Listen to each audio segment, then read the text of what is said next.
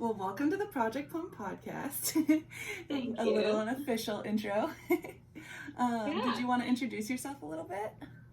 Yeah, sure. So my name's Petrice. I live just north of Toronto in Canada.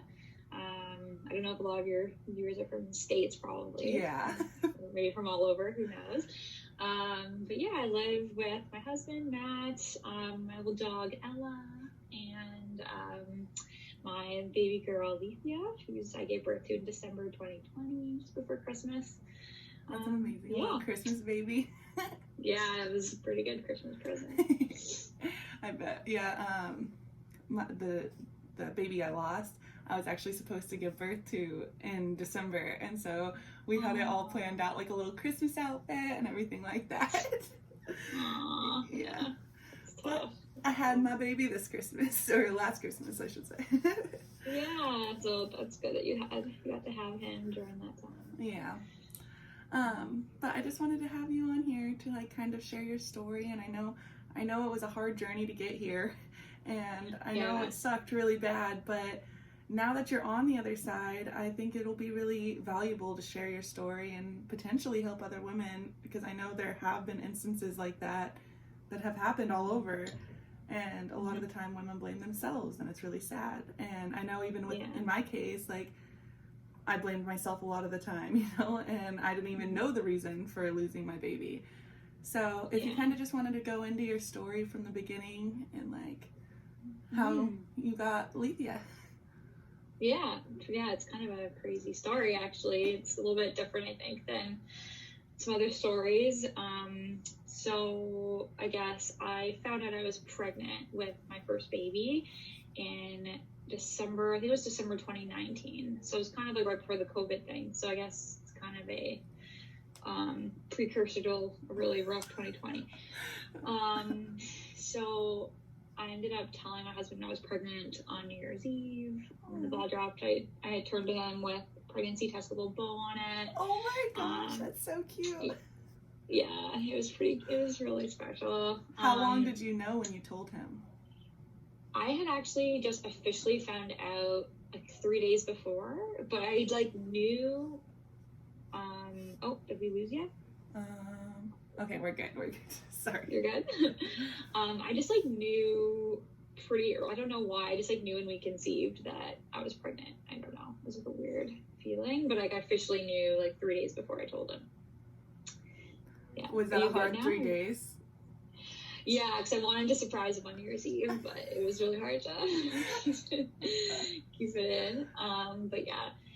And then, everything was like normal. And we kind of went away on a little trip with his family, and we didn't tell anybody. We just told his sister. And then what actually happened was, so before I was pregnant, I had been having a lot of like health issues and like autoimmune symptoms, like inflammation, strange weight fluctuations, a lot of like ovarian cysts, and like so irregular periods. So I had been like searching for that. I felt that there's something wrong with me for a while, and it was really tough advocating with my family doctor to get referred to specialists. I was just kind of being passed along to specialists, and there happened to be an appointment that I'd been waiting for like maybe a year with an endocrinologist that occurred actually, like it ended up happening after our trip in January. And during that appointment, I was told that I had, she suspected I had an autoimmune disease that had attacked my pancreas, so that I actually had type 1 diabetes.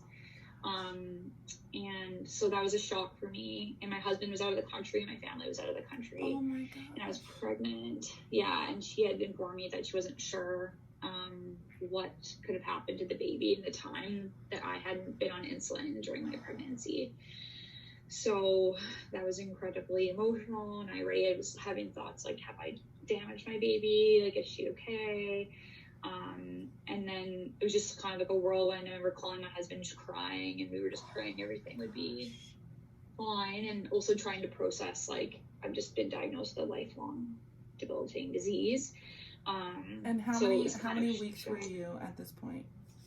I believe I think I was 7 weeks, 7 or 8. I think I was 8 weeks at this point, actually, 8 weeks pregnant. And my ultrasound was actually, so this was a Thursday night. My first ultrasound was scheduled for the Monday, following Monday. And the next day, Friday morning, I woke up. I was supposed to go to the pharmacy to go get my insulin and start my new life, and to meet with doctors to figure out how to like keep a baby alive when you're type 1 diabetic. And I had my appointment, and I was going to the pharmacy just around the corner from my house. And I was just on like a little side road, and a woman, actually, I ended up getting into a car accident on the way home. So a woman who was a bit elderly, so I was kind of driving this way, and she ran through a stop sign and T-boned me on my driver's side. So she kind of like thought she was hitting the brakes, but she slammed on the gas and accelerated into me. Yeah, it was pretty bad.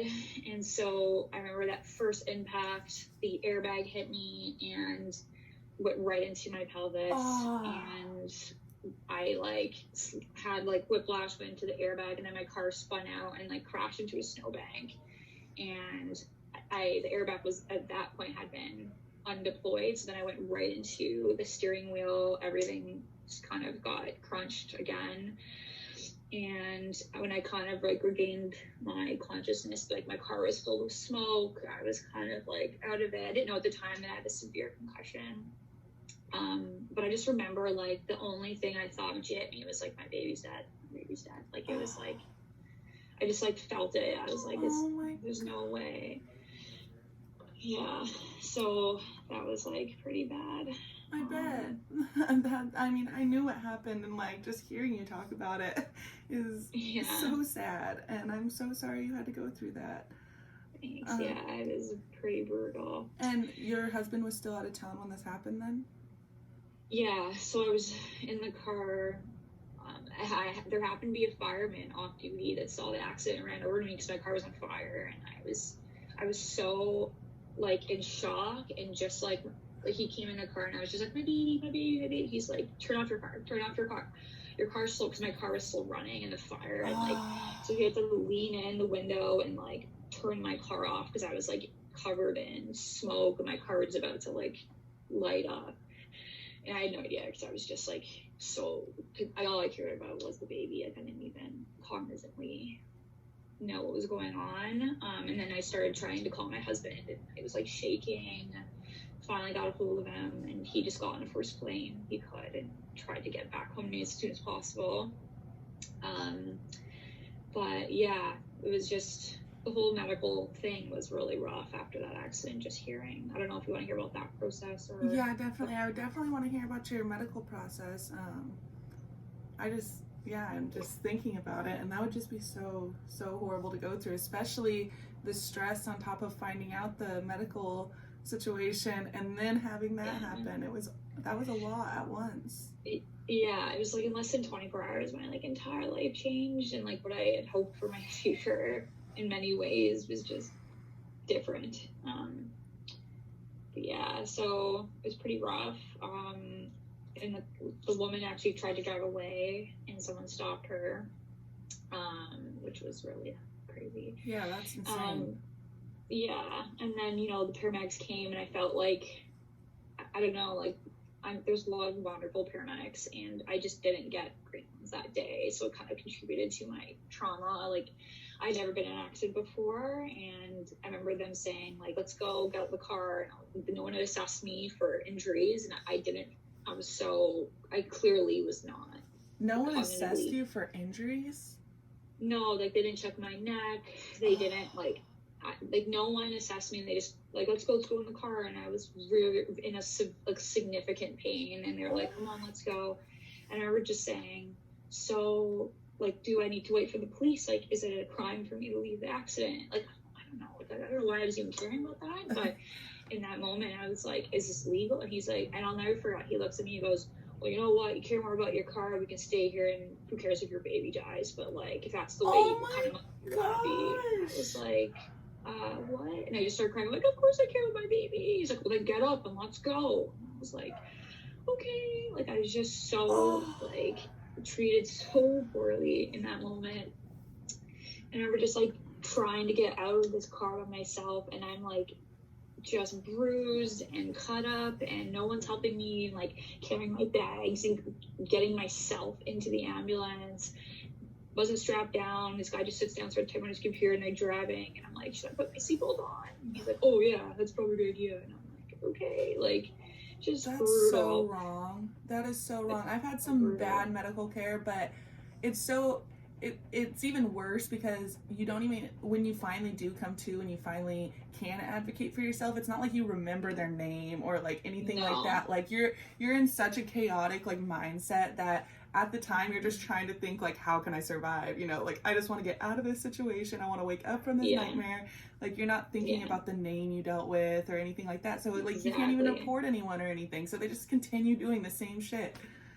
Yeah, it's brutal. Like, I know, I wish I had the energy to, like, go back and complain, because it was horrifically, like, it was such a brutal way to treat someone who's in an accident, pregnant, like, clearly injured, and you're not, like, I just felt like they weren't even doing their job, like, to assess me or stabilize my neck or anything. Like, even when we got to the hospital, he just, like, got out and started walking, and I'm just sitting there, and he, like, popped his head, he's like, are you coming?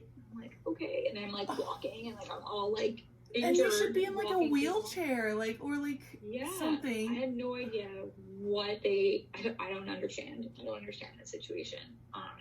And then I just waited for a long time and basically crying and just you know, went to the bathroom, and my entire, like, it was only like very briefly after the accident, my entire like pelvic area and stomach was black, like from the seatbelt. Oh my gosh. Yeah, so I just, like, knew that, you know, probably wasn't great for the pregnancy, and waited. I was probably in the hospital for 8 hours waiting for an ultrasound, and no one had assessed me for, like, any internal issues or bleeding or did I have a concussion, nothing. And so you said you found out you had a concussion later. What led you to find out? Yeah. That's crazy. It was like probably over a month after. I had ended up being just like, this is not normal, because I had vertigo, constant like debilitating migraines, mood swings, just like severe neck pain, and I couldn't like read properly or follow what people were saying to me. And I just kind of kept being like, oh, it's just the grief. It's the grief. And then, you know, eventually I'm like, I feel like there's something wrong with me. And when I finally like advocated to get reassessed by my family doctor, they were like, you have this severe concussion. And the fact that you had these symptoms so late means like you had like a severe concussion that was not even looked at in hospital. So it's just crazy. But that definitely impacted my recovery for a long time, because you're supposed to be kind of not in lights and not stimulating your brain and taking time off work, and I didn't really take time off. Really, I took like a week off after the accident and then just kind of went back to work. So and what do you do? I'm actually a clinical psychologist.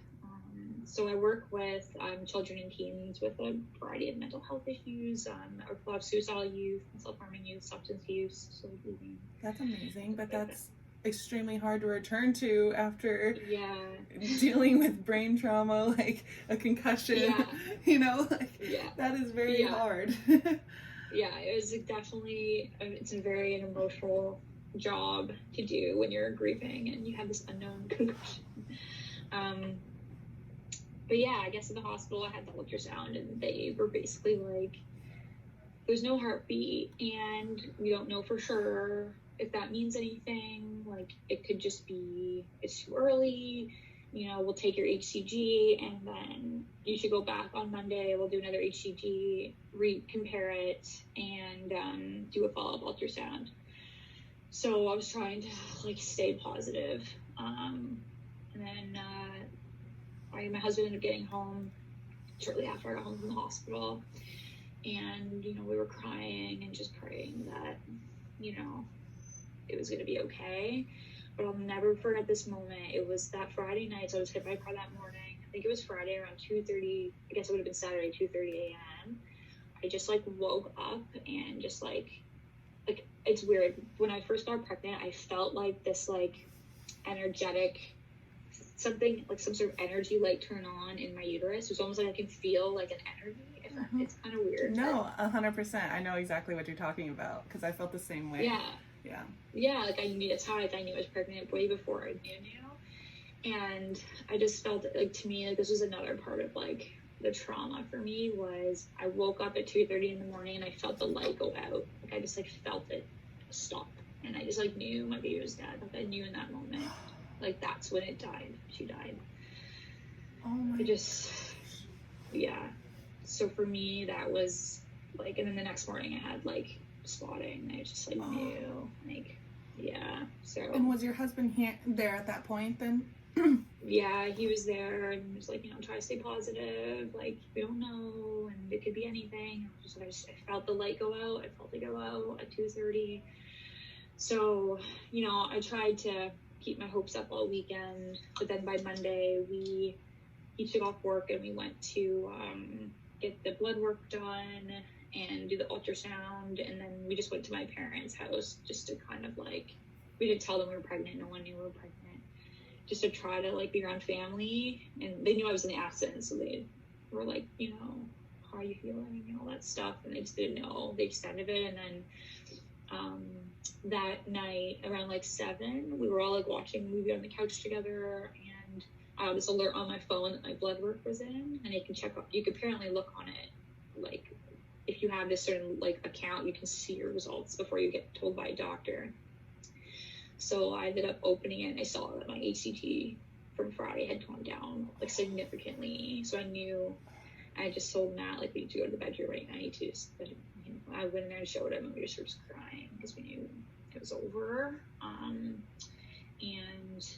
eventually my parents said something was wrong and came in, and, I told them, and I just like, my dad just like collapsed on the floor. And everyone was just crying. And, oh my gosh. Yeah, it was pretty bad. Yeah, that's horrible. It's almost like you guys had a funeral together, like in that moment, Yeah. To grieve the baby. Yeah, it was brutal. And then the next day we got the call from my doctor. They said that the ultrasound showed significant bleeding. So basically when the car hit me, my placenta, or it's not really a placenta at that point, but what attaches the baby like ripped off the wall. And I had like significant hemorrhaging in my uterus, so she's like, most likely it's not viable anymore. But she wouldn't. She wanted to wait. Like she kept wanting me to wait, even though like she was pretty sure that the pregnancy had ended. This was like where like it was so torturous because she made me wait. She never offered me a D&C. She said my only option was to have take the pills to induce labor. And so I was like, okay. And every week she made me keep getting blood work and ultrasounds, and there was no change. So I don't know why I had to continue in this way, but she made me wait for 3.5 weeks. So it was a full month after my accident. I still hadn't been allowed to like fully like eject. And so it was just I just felt like I was carrying around death like inside me, like a coffin. That's how I felt. Like, and there's no closure at that point, like none. And you're already grieving, like you're already going through the process, and then to also just have to know that the baby's still inside of you, like that's horrible. Because I mean it's definitely different, but I had a miscarriage, so I didn't feel the light go out. Like I thought the baby was still there, and I was so convinced. And I've actually never told anyone this, but the only inclination that I had was weirdly when I went to go like announce that I was pregnant. And then when I was announcing that I was pregnant on social media to friends and family, I had this like weird a thought in the back of my head, like, is everything okay? Like maybe everything's not okay, and this is just false like happiness. And like and that was the only inclination. And then the next appointment, I found out the baby had passed and had been gone for like 3 weeks at that point. And I felt horrible just knowing that I was carrying around like my dead baby for 3 weeks. And so to like actually have that knowledge and not be able to do anything about it, that would be horrible. And I'm so sorry. Thank you. And I'm sorry about your situation as well. It's awful no matter how you cut it. But yeah, I just remember every time I went to the bathroom, I was just like waiting to bleed, and my body was just holding on and not. It's like it wouldn't let go, and it was awful. And at one point, my HCG results shot up, and then we're like, maybe it's okay. And oh my! So we had this, yeah. And so she was like, maybe your baby's alive, and I was like, are you sure? Like, is that a thing? And then a week later, it's, you know, like they confirmed, like, and I was just like, this is hell. Like, it is hell. And I was working through this. Like, I only took that first week off, so I worked for 3 weeks carrying my dead baby. And I actually, my husband was out of the country, and I was at work. It was a Monday, and I was actually running group therapy with a bunch of teenagers, and I started, like, bleeding. Like, my body just decided in that moment to do that. So I literally, like looked at my co-therapist. I need a second, ran to the bathroom, just filling the blood. The absolute worst time, like. Worst time. Texted someone in the clinic, I need you to run up and get my bag.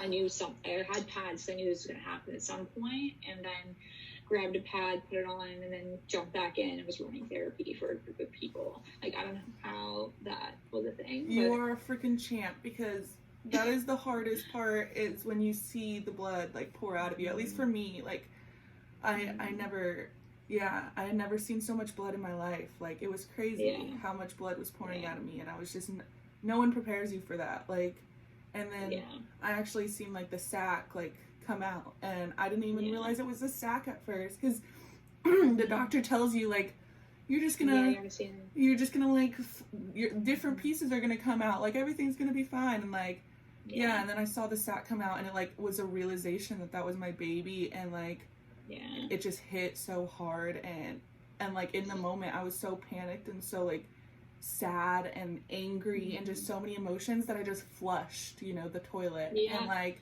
I have a similar, like, it's so hard when that happens. And you're not prepared for it at all. Like, the doctors don't prepare you for that, which I think is just not fair at all. And then and then you realize, like, afterward too. I know, you don't even think of it in the moment. But I didn't even pass anything yet at that point. It was just tons of blood. I naively assumed, like, this must be it. There's so much blood. And then I remember, like, I was staying with my parents because I didn't want to stay home alone. My husband's out of the country again. So I remember just, like, driving home from work from my parents' house and, like, feeling blood, like, running down my legs in the car, because it was just so much.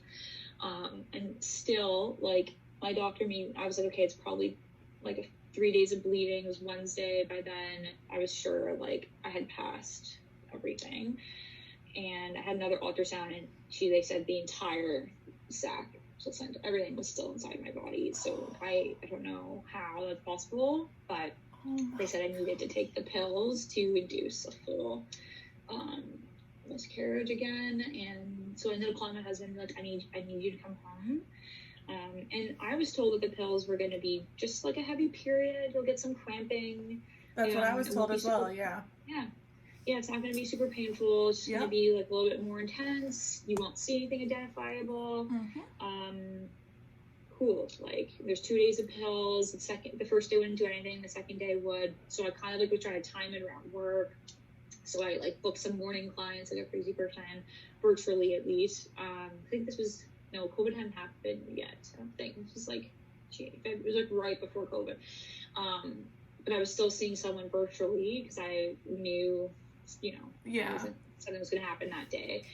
And I took that first dose of pills, and I remember I was, like, on a call with a client, and I had to end early because I felt like something was wrong, and I didn't know but I was having contractions. So I know, like, some of my friends have taken these pills, and is just like a period, but I actually went into full labor. I started having, like, full, I don't know if you had this experience. I mean, I don't really remember if it was contractions, but I was, like, yelling on the bathroom floor in pain. And I mean, I slept on, I had another appointment, a doctor's appointment 3 days later, and I was still like bleeding full force at that point. And the doctors wanted me to go back to work, and I mean, it was like flooding still, and and yeah, I was in pain for like probably like 4 hours, like was like the top, like super painful pain. But I mean, it lasts like the pills like it makes your insides like fucked up, like it fucks up your insides. So you're in pain, like minor pain, for like days and days and days. At least I was.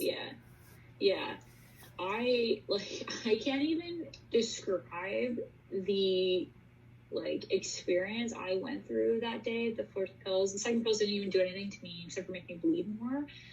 But that first dose, like I guess like my body had probably been holding on for so long that this kind of like, I don't know, sent it into overdrive or something. But I started being like something, like my mom ended up coming over and I was describing to her what I felt, and she's like, that sounds like labor. And I was like, no, like she said it's just gonna be like a period, like maybe it's just cramps. And she's like, oh no, like that sounds like a contraction.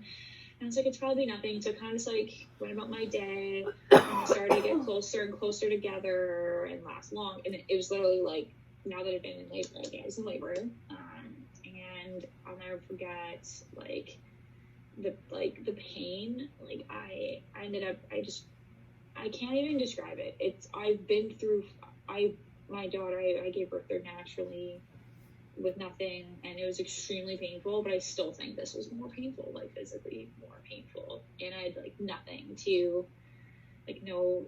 I feel like I should have been in a hospital with like pain management and being told this, but I was literally, I remember being like on my back screaming and just feeling like blood and tissue, everything coming up. And like my husband had to actually like lift me to the toilet, and I was like contorted, like I couldn't even button my legs because I was in such agony. And that's so horrible. I literally felt like my sense of self shattered, like I was gone. Like I was like not here anymore. Honestly, in that moment, like I wanted to die. Like if someone had give me a chance to kill me, I would have taken it. Like it's just the worst pain. And it's humiliating. It really is. And I know my husband and I have been through a lot, but that was definitely the biggest thing, because I was sitting on the toilet just bawling, sobbing and crying and in pain. And I mean, we're just watching like this blood pour out of me together. And like, I'm just like begging him for it to stop. And he's like, I know he felt so defeated in the moment. Like he did not know what to do. And he just sat there and like held me, and he's like, it's all right. But like, it wasn't all right. It was not all right. It's not.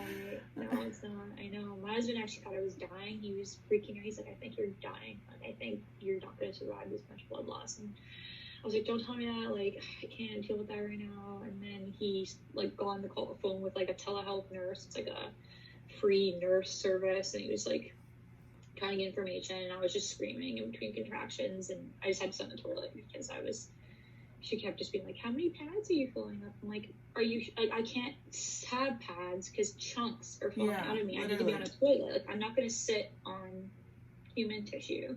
And like, I was just freaking out. And I remember there was this moment when like, I just felt this urge to like push, and I definitely like the liver, the sac, and I saw everything like what you were describing. Like I could see there's something in it, and it was clearly my waters, and it was not broken. It just came out, and I just like started screaming, and like I was just so in shock and traumatized. And then I was just like you said, in shock. I flushed, and then I just started crying. And I was like, I'm a horrible mother, I should have buried it. And that it's just like trauma after trauma. Like for me, just the car accident, the diabetes, feeling the light go out, looking at the HCG go up and down, having the blood come out at work, going through actual labor and the pain, and then like flushing your child in the toilet. Like it's just like, and then realizing what you did and feeling like it's just so much shame and so much just like you feel so much guilt. And I know I was bleeding the same, like I don't know the same amount, but I was bleeding very heavily as well, to the point where I called someone as well, and they did the same thing. How many pads are you filling up? And I'm like, same thing. Like, chunks are falling out of me. Like, I can't even put a pad in. I don't have underwear on. I'm sitting like above a toilet as like blood is flushing out. And she's like, you need to go to the hospital. And I went to the hospital, and it was the most pain, like, it was just horrible from start to finish. Like, I can imagine. I couldn't even have gotten into a car at that point. Yeah, like, it was. How you even got to the hospital? It was awful. Like, I regretted it immediately. Like, I wish I just had stayed home. Like, my husband, I was at work, and I called him, and I was like, please, like, I can't do this alone. Like, I'm gonna freak out. Like, I can't do this. And like, when they were doing an ultrasound, they were like, to check on everything, they asked me how far along I was, and they're like, oh, congratulations, like, and I'm like, did you even read my chart? Like, and then a doctor came up to me, and he's like, so when did you get your abortion? And I'm like, I'm gonna freak out. Like, this is not. It's so frustrating. It's like, read the damn chart. It takes 2 minutes. Especially when you've explained to multiple nurses what happened, and then the doctor still comes up and asks something like that. Like, it's just gross. It's like, what are you doing for your patients? Like, you make me feel so little. Yeah, it's awful. And it's not like, I'm against abortion or anything like that. It's just, in that moment when a child is so wanted. Exactly. And you're in your depths of your grief for losing that child, and someone says the word abortion, it's like, no, like, this is not my situation right now. Actually, I so desperately wanted this baby. And it's the difference between, like, making the choice and not. Like, I didn't make that choice. Like, my baby, like, got ripped away from me when I didn't want it to, and now, like, you're just asking me, like, oh yeah, like, casually, like, when did you get your abortion? Like, how long ago? And it was just it was awful. And I don't know if you know this, at least for me, when I was induced, they actually used Cytotec, which, when I looked up when I was contracting, I found out it was the same pill that they give you when you miscarry, which is crazy. Like, I did not know that. Yeah, I know. I ended up hearing about that when they were planning on inducing me for my second pregnancy, and I was like refusing to be put on the same, it's called something like misoprostol or something. I was like, I'm not being induced with the same thing that I have. Like, I was like, find something else, like, find another thing. Yeah, and I didn't know until I was like on my third dose, like, I'm on my third dose, and then I'm like looking it up, and I'm like, oh my god, and I just started freaking out. Like, I'm like, this is gonna kill my baby. Yeah, I know, it's awful. It's freaking awful. But yeah, I had the same thing with the ultrasound. I had an ultrasound like, when I started bleeding, like, weeks after, and it was my period, but it was almost like I was hemorrhaging again. So I had to go get an ultrasound, and the woman kept, like, saying, oh, when was your abortion? And then I was like, I explained to her again. And then some random woman came in, and I was like, hello, who are you? She's like, oh, she's a student, she's observing. I'm like, you're supposed to introduce her and ask me and whatever, like, but still. And then she's like, pointing to me, she's like, this is what you see when a woman has an abortion. And I was like, oh my gosh. And I corrected her again, and she rolled her eyes at me, and I just started crying, and I was like, get me out of here. But yeah, so that was my loss journey. And yeah, it was pretty traumatic, and I'd say definitely has changed me as a person and changed my life and how I see things in the world, and impacted my pregnancy, my second pregnancy. Do you think it strengthened your relationship? It's an interesting question. I'd say both. I'd say during the loss, I think it strained it, and it was not good. I did not feel like we were in the same place in terms of, like, how we were processing everything. But I think in the process of healing through my second pregnancy, that it got stronger because of that. So it's kind of like both, if that makes sense. Yeah, 100%. Did your husband grieve, like, in the same, like, Was he as affected by it long term as you? I think it's just like grieving differently. Like, I think it was easier for him to kind of like push forward, go to work, act more like life is normal. Because that's how he copes with things like that. Whereas for me, I was feeling it all day, every day, and I'd cry all morning, somehow pull myself together, go to the office, and give all myself to my clients' mental health issues, even though I was probably in a lot more pain in those moments, and holding it in all day. And then I would get home and I'd given so much of my energy to helping others that I hadn't even touched my own grief. And then it would just kind of explode out of me when I'd come home, and I'd be just a like absolute disaster. So do you think work was like your coping mechanism to like avoid your own stuff, like avoid your own feelings? I don't know, like it was a nice distraction, I think. So I think it's like a two-way street. Like I think grief, there's a time and place for like appropriate distraction so that you are not always drowning in it, so you can kind of breathe. And I think looking back, I probably needed more sitting with it. So that I could move forward easier versus like kind of exploding on like having it erupt out of me when I get home from work. I just think I probably went back to work way too soon. I didn't know. I don't know. Yeah, if I could do it differently, I probably would have taken a leave of absence. And then I got pregnant so soon after. Yeah, I was gonna ask, how long did it take for you to get pregnant again?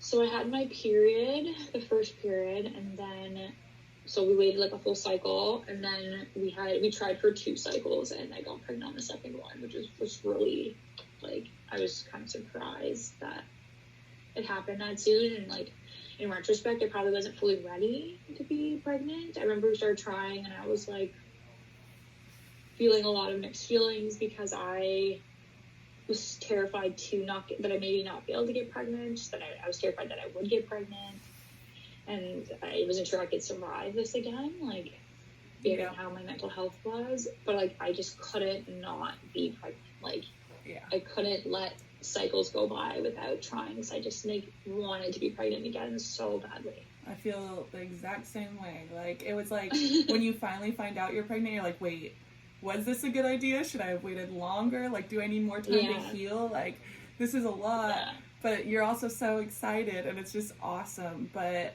it's scary. It's very, very scary. And I know for me, I took like, I think it was 6 or 7 months before I got pregnant again. And for sure, I was like thinking that I couldn't get pregnant ever again. And I'm like, is the same thing gonna happen? Like, so much fear. So much fear. It's terrifying. I guess for me, I was like, oh shit, I know I have diabetes now, so I need to start insulin again. So like the day I peed on a stick, I like called my doctor and like went to the pharmacy to pick up my insulin again, and being like, God, like this whole situation is happening again. So it's kind of crazy. Like I had to kind of learn on the fly. Like learning how to use insulin as a diabetic is like, it takes a long time to figure out your body and like how to use this stuff and not get a low sugar and not get a high sugar. And I had to learn it at the highest stakes. Like I had to learn how to be a diabetic when my baby's life was on the line. Like if I have a low or a high, like it can impact, especially in the first trimester. And so it was incredibly stressful, especially after a loss, being like, oh my God, like it's a high-risk pregnancy. Like I'm in a high-risk situation, and I'm terrified and have PTSD from everything that I went through. Were you afraid that the insulin, like when you like stuck yourself too, or were you afraid of hurting the baby at all? No, like the needle doesn't go in deep enough. And you're like injecting into fat and stuff. It's more like worrying. I'm just afraid of needles, so that's why. Oh yeah, I know. I had to get over that real quick. But yeah, it's not great. It's like you have to prick your finger, like before and after every meal, in the mornings to check your sugar, and then you have to inject insulin before you eat anything. You have to inject insulin before you go to bed to like keep your sugars low when you're sleeping. So it was a lot, and I went low a lot. So if you have low sugar, you kind of like, you lose consciousness, you're sweating, you're not coherent. So I would get low sugars in the middle of the night where I would wake up like, and like be drenched in sweat and like shaking, and my sugar would be like 2.5. And if it goes below 4, it's like low. And I was like 2.5, and my husband would just run down to get me juice. Like, it was scary. And is it only as bad when you're pregnant then? So it's a progressive disease. So at this point, my pancreas can still make some insulin. So when I'm not pregnant, I just take very low doses of insulin. Eventually I will need it all the time, like I did when I was pregnant. But when you are pregnant, you need to have tighter control over your sugars, or it can cause miscarriage and like birth defects, and preterm labor and all that stuff. So it's more sensitive. So like, whereas like, let's say you can have sugars post-op after meals, so 8 to 10 range being normal 2 hours after a meal, you need to stay below 6.7 when you're pregnant. So it's like a lot tighter. So you need more insulin, you need to eat a little bit differently. But now, like, I can have my sugars can be a bit higher because I'm not pregnant. But also the pregnancy hormones, progesterone, actually makes you require more insulin. That's why a lot of women get gestational diabetes as well. Yeah, that's what I was, yeah. Which is more like a temporary thing. So I had to deal with that. And on top of it, around 6 weeks, I started having extreme cramping, a lot of pain. And I was like, here we go, like, I'm losing another baby. Like, I felt like I was miscarrying. It was like extreme cramping. Like, I thought there's no way I'm not having another miscarriage. And my doctor's like, okay, let's do an OA ultrasound. And I was freaking out. It was just during COVID now. And I was like, no, like, I can't do this. My husband couldn't come in with me to that. And I had like been diagnosed with PTSD, so I was having flashbacks. Like, I constantly was hallucinating blood running down my legs all day. I'd run to the bathroom because I literally felt blood all over me, and there would be no blood. It was like I was just so messed up. And then I find out that I need to have an ultrasound, and I'm like, I remember my husband pulled me in front of the hospital. Was the only clinic open. And I was just like hyperventilating. Like, I freaked out. I could barely go in. I finally got in, and like the woman was like, "What is going on?" Like, I was shaking. I was crying. I was covered in sweat. I had to go to the bathroom to like splash cool water. I was having like a panic attack. Like, I was like, my baby's dead. I know it's dead. I just like, you're gonna tell me there's no heartbeat. Like, I can't deal with this right now. I have no one here with me and no support. And I just was lying there just crying while she was like moving the Doppler on me. And she's like, oh yeah, there's a heartbeat. And I was like, what? Like, there's a heart. I just remember being like, there's a heartbeat. Like, I was like shocked. Like, there was no space in my mind for that reality to be a thing. And I just remember just cried. Like, I was just like crying. Like, it was insane. And I don't think anyone talks about this like ever. And I think that's so cool and just important to talk about, because I felt the same exact way because like, yeah, so many traumatic events with the ultrasound. So many, just it was horrible when I miscarried, and the two or three ultrasounds I got to like make sure everything was cleared out was awful, especially. Oh, so awful. And no one prepares you for that first ultrasound where they tell you there's no heartbeat, like no one. And then no.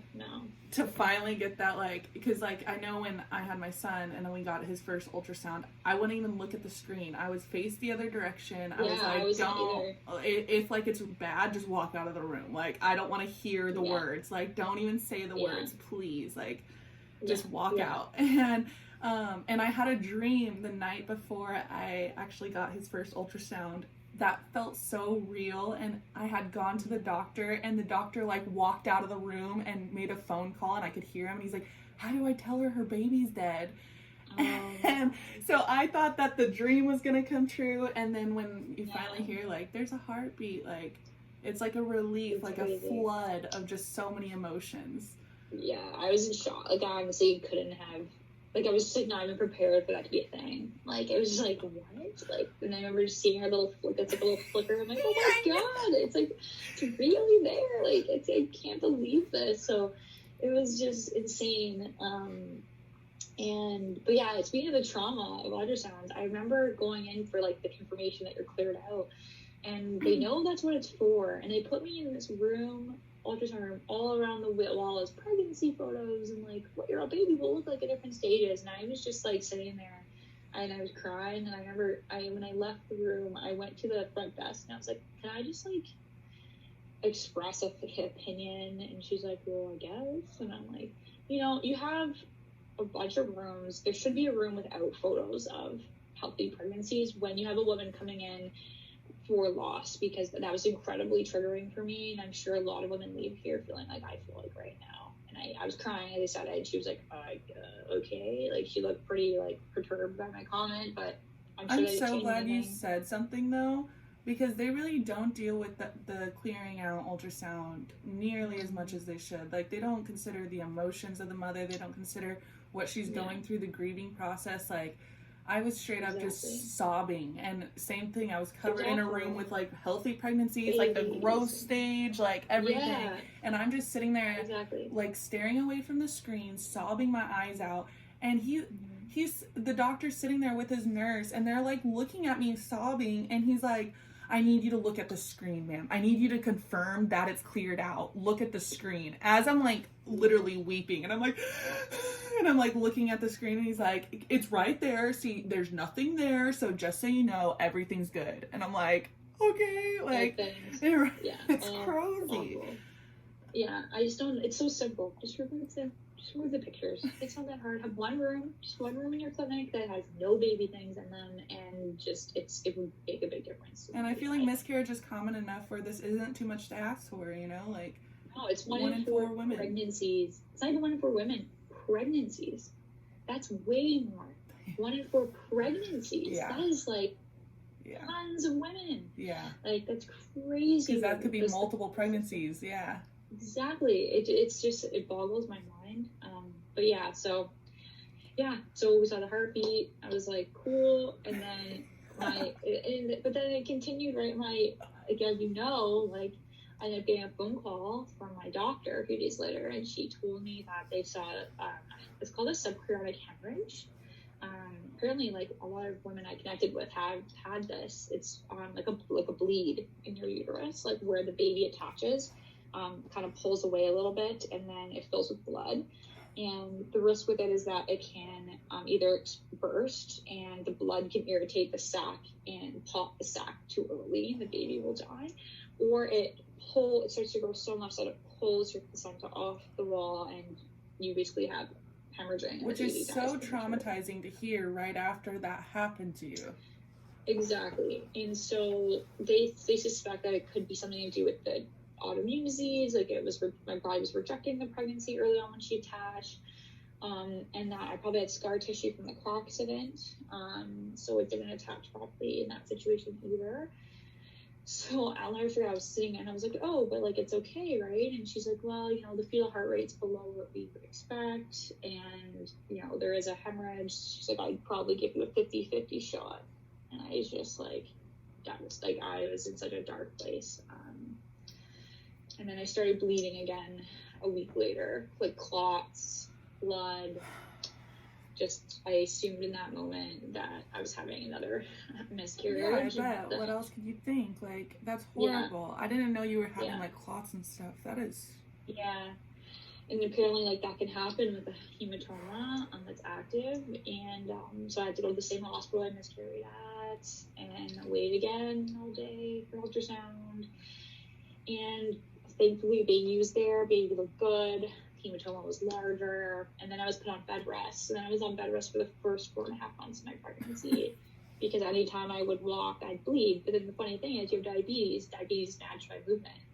So oh my gosh! I was like, Petrice, this is crazy. Walk to bring down my sugars to help my baby not have high sugar and maybe miscarry, or do I lie in bed because walking can actually lead to a hemorrhage and my baby dies? So I just felt stuck. Like, I was like, I'm doomed. There's no way I'm gonna be able, like, I just felt like the treatment for each of these issues was completely counterintuitive to each other. Yeah. So it was incredibly difficult. And then you're in COVID, and the only thing I had in COVID was walking outside for my mental health. And now I couldn't walk, couldn't exercise. Exercising was something I did for my mental health. I couldn't do anything. I couldn't even have my mom over to help me or anything. So it was brutal. And then I'm just carrying on with work virtually in my bed on my laptop and first person. But yeah, so it was incredibly traumatic. It was a very, very painful pregnancy in terms of the bed rest, and like I had to have an ultrasound every week with the hematoma to measure it, and every week it was getting bigger. So you're just waiting basically like for the worst news possible, because I know I was, even every single time, like the very first ultrasound that flooded me with so much happiness and relief, I went out to the parking lot and started bawling because I was like, I listened to the first baby's heartbeat, you know, like it's just gonna die, like just like the first one, and you feel so helpless, like you just feel so helpless. Yeah, it's crazy. Yeah, that's how I felt. I felt like helpless and like cursed, and like it's just everything. But yeah, and then I guess so it just kept getting bigger, and then at one point they ended up telling me that it was so large. This is the second trimester where I was like, this is what you tell people you're pregnant and things should be okay. And then they were like, you probably have a 70% chance of death now, and because it got so large. And I was just so done.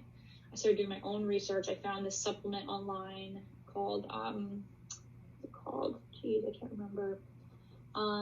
There's a supplement that I found out. I joined a Facebook support group for other women that had this problem. Okay. And they were all like, try this supplement. There's a lot of research that helps with subcutaneous hemorrhage. My doctor was like, it's not supported by FDA for this purpose. Don't take it. By the time they told me it was 70% chance of loss, I was like, you know what? I have nothing to lose. Like, yeah, literally. This is not. I had done everything they told me, and it's getting worse. It's so bad right now. So I ended up, it's called alpha lipoic acid. If anyone ever hears this and they have this issue, alpha lipoic acid, look into it, you look into it. I took that. Within 5 days, I had my pain stopped, because when you have a hemorrhage, you have constant pain in your uterus. Like, it feels like you're having severe, sharp pains.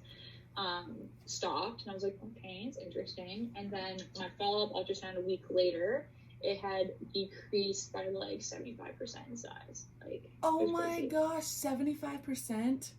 Yeah, and then 2 weeks later it was gone. It was gone. Oh my gosh. Yeah, it could have been a fluke. It might not be the supplement, and I feel like, I don't know. What did the doctor tell you? Like, did you tell her that you took it? Yeah, she was like, well, you know, like, I didn't recommend that. Like, I guess, like, maybe it did something to look into. I'm like, well, like, it worked. Yeah. Yeah. So thank God. So yeah, it was. And how far along were you at that point? 16 weeks. Okay, so you actually got to enjoy some of your pregnancy then, right? Yeah, some of it. Then I had problems with my cervix. My cervix was shortening prematurely. Oh, yeah! Oh my gosh, I forgot about that part too. I remember being like, oh, another problem. Okay. Clearly, like, I was released from bed rest, and I was walking and exercising, and then they were like, so you don't have, like, it's called incompetent cervix. I never had that fully because it wasn't short enough, but it was like accelerated shortening with each ultrasound. They were like, you know, so I remember they were trying to determine whether I needed a circulage where they stitch your cervix shut or not, because you can't do it past, I think, 23 weeks or something. So they were like kind of trying to figure out whether I needed it or not, and I was just like terrified my baby was just gonna fall out, because that can happen. It just like comes out of your body prematurely. So I was basically holding my breath till 25 weeks when it's like minimum viability. Like I remember like hating that I knew that date, and like when I got to that date, I just felt a lot more relieved. And every week of my pregnancy, I would look up the viability percentage of my baby. Like, so it's crazy. Like, yeah. Like every week. I was like, okay, they have like a 65% chance of life now, and like, okay. Yeah, like 28 weeks, it goes up to like 90%, and I remember I was like, 90%'s a pretty good chance. Like, that's where I want to be, 28 weeks. Yeah. As long as I can make 28 weeks, I'm good. And then I still wasn't good. Then I was on bed rest too.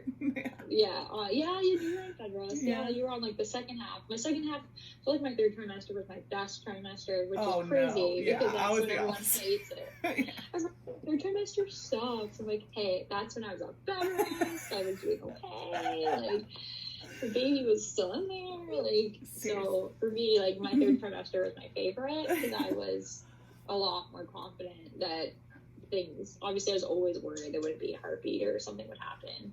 Every ultrasound I was like, is there a heartbeat? They're like, of course, can't you feel her moving? I'm like, no, I have a anterior placenta. I didn't even have an anterior placenta, and so I could feel him moving all throughout the second trimester, like as soon as you could, like I felt him move, I think at like 16 weeks, and then like it was like, I think that's like pretty average, but I felt like it was super soon, and I was stoked.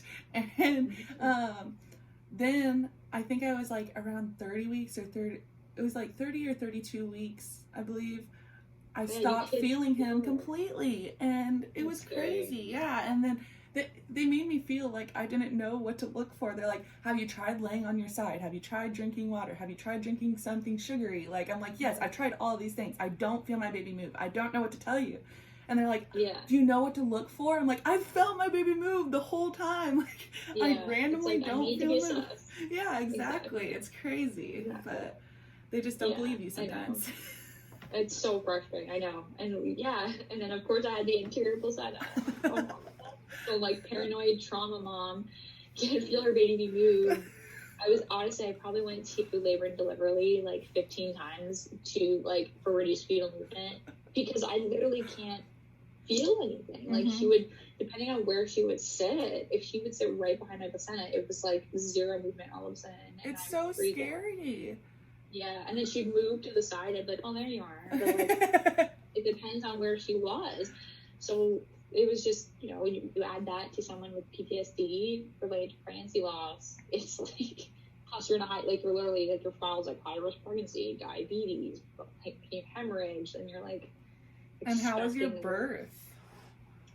That's the best part. My birth was actually incredibly healing, which is crazy to say, but I felt like it was probably one of the most enjoyable moments of my entire pregnancy, which is crazy. It was painful, but I felt it was incredibly healing. I did a lot of therapy beforehand because I was very mindful of the fact that my labor could feel like my miscarriage.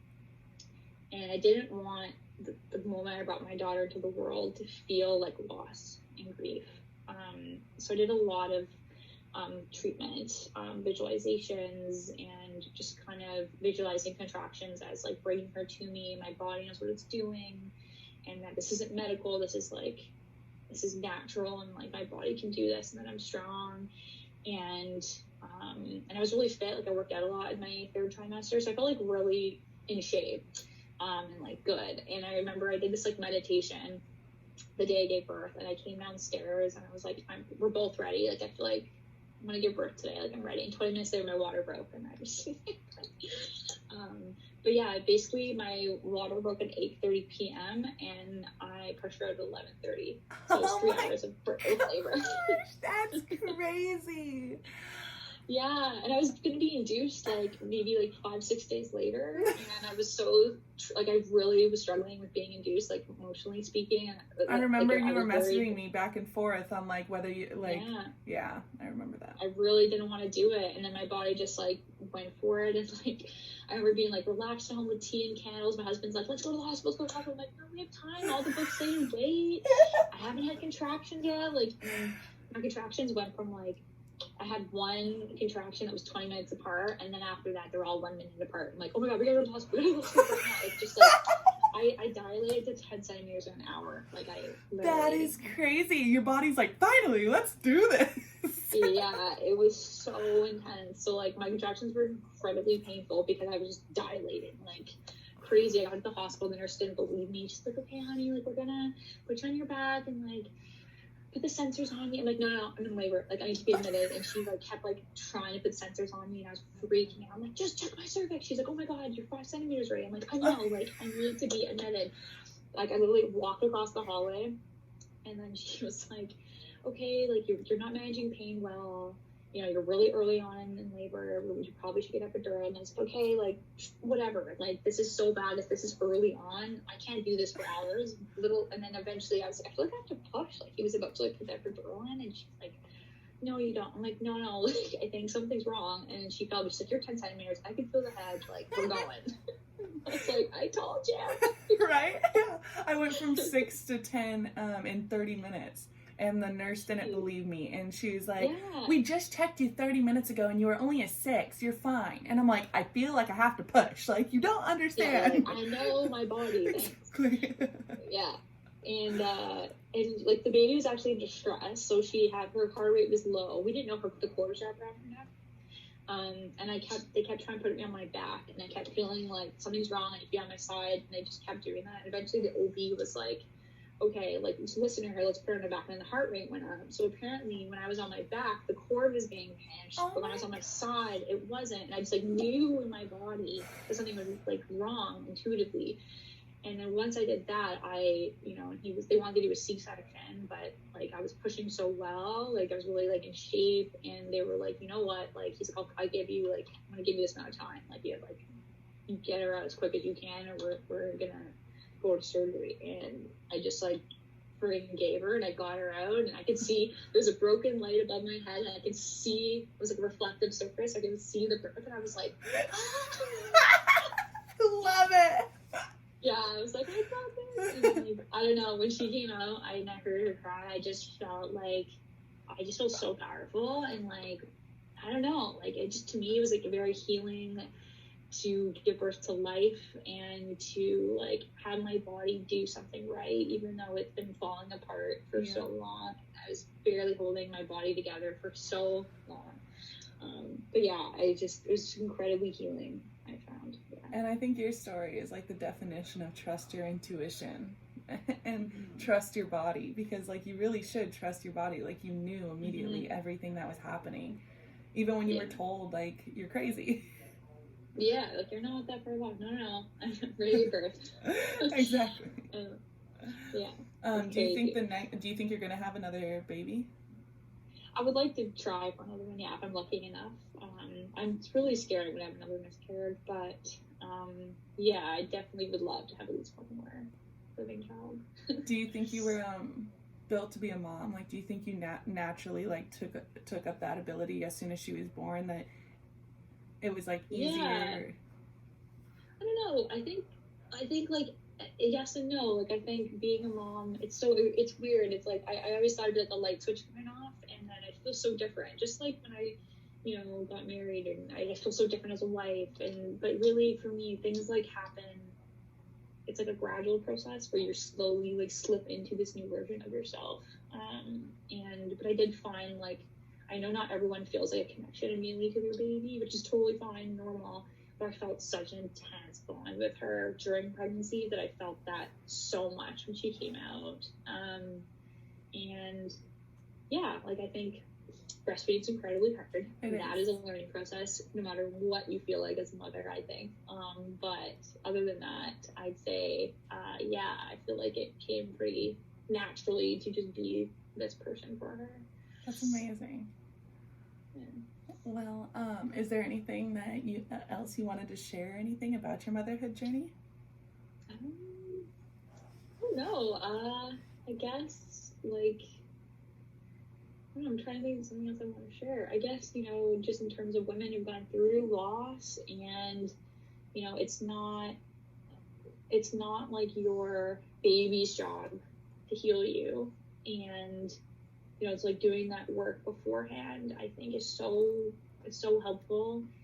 And at the same time, like giving birth to a living child, it does also bring healing. And for a lot of women, it is also triggering. So it's okay to feel both. I think it's okay to feel like birthing your rainbow has healed parts of you and brings you so much joy. And then at the same time, there's still a lot of grief. Like, it's okay to grieve that loss of that child before, and when their due date would have come up, or that birthday would have come up. Like, it's okay to feel sad and grieve, and not let anyone tell you differently, because I've been communicated that way when I got emotional about my previous due date and all that. So it's okay. I think you're going to feel everything. You're going to feel both sides, which I think is going to make you just a unique human being in the world. To have both of those perspectives as a mother, it's quite unique. Yeah, for sure. And I still think it's important to like notice those emotions that still come up about your baby. Like I know I still think about like, I mean, I created this whole project in memory of my baby. So I still think about my baby all the time. Like every time I do a podcast, I'm like, this is in memory of you, you know? Yeah, of course. Of course. Yeah, I think that's wonderful. And I think it's healthy, yeah. It's definitely very healthy and very human. Well, thank you for being a part of this. Thank you for having me, and like thank you for creating a space for women to discuss these things. I think it's like it's not something that exists really in our world. You're actually the first woman who has shared about miscarriage on the podcast. So, really? Yeah. So wow. I think it's really special. Wow. We went a long way together, and now we're here. Yeah, exactly. Yeah. Both as moms. Yeah, exactly. We both went through a different journey, but similar things. Yeah. Well, thank you. I really appreciate it. Of course.